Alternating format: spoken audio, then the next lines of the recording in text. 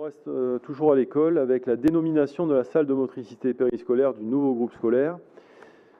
Donc pour l'historique, on a la vieille école Marius-Jean Solin qu'on n'a pas pu rénover de par sa structure, sa nature, un bâtiment pailleron.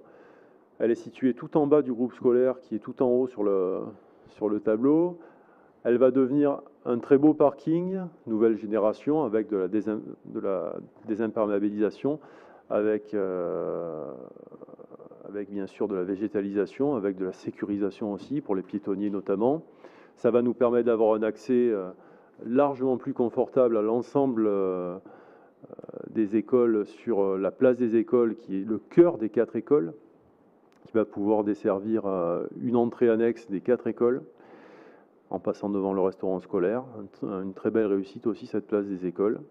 Voilà, ce sont finalement les exemples de cours oasis que l'on peut faire observer par ailleurs.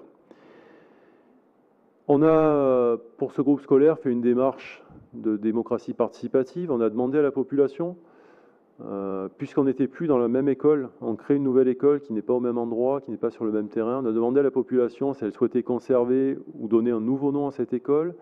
D'une courte tête, la population a choisi de modifier le nom.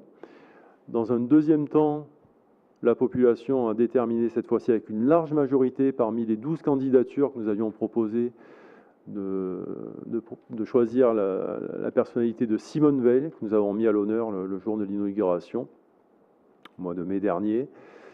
Et parce que nous n'aimons pas effacer l'histoire de la commune, nous avons proposé à la famille Jean Solin, s'ils en étaient d'accord, parce que bien sûr il fallait leur accord, eh bien d'attribuer le nom de Marius-Jean Solin, l'ancien directeur de l'école, qui est décédé en 1955, qui faisait partie de la génération des hussards noirs de la République. Vous savez, ces instituteurs sévères d'apparence, mais bienveillants, qui apprenaient toutes les bases aux générations qui en savaient tellement plus que nous, à l'époque, du coup.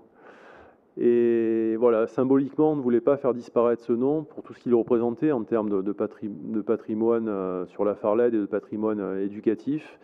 Donc la famille a accepté que l'on attribue le nom de Marius-Jean Solin à la salle, à la grande salle, dont vous avez les caractéristiques, 250 mètres carrés environ, qui permet d'accueillir près de 200 personnes.